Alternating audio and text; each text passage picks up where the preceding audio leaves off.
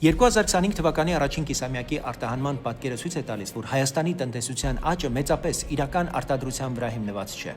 Առաջին տեղում ոսկին է, գրեթե 11 տոննա, մոտ $1 միլիարդ, բայց մեկ տարվա մեջ արտահանման ծավալը ընկել է մոտ 75%-ով, իսկ սա նշանակում է, որ ռուսական ոսկու վերարտահանման հոսքը կանգնել է եւ դրա հետ միասին փլվել են նաեւ մեր մեծ թվերը։ Նույնը տեսնում ենք հեռախոսների դեպքում՝ $332 միլիոն։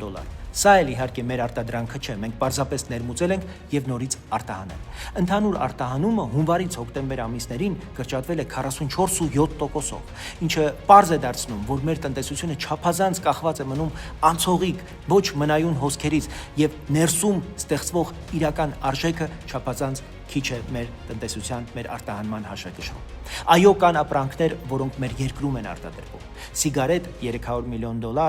76% աճով, պղնձի խտանյութ $267 միլիոն, կոնյակ $132 միլիոն,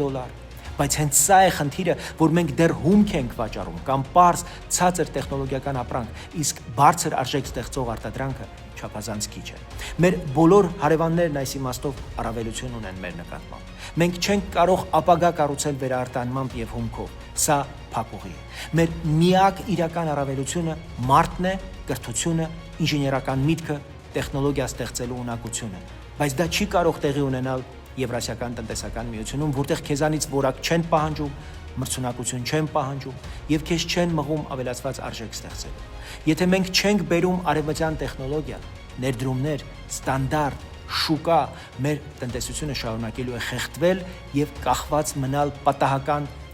ոչ մնայուն հոսքերից։ Մեզ պետք է իրական թռիչք, արտադրություն, տեխնոլոգիա եւ բարձր արժեք ստեղծող արտահանում, ոչ թե գեղեցիկ թվեր թղթի վրա։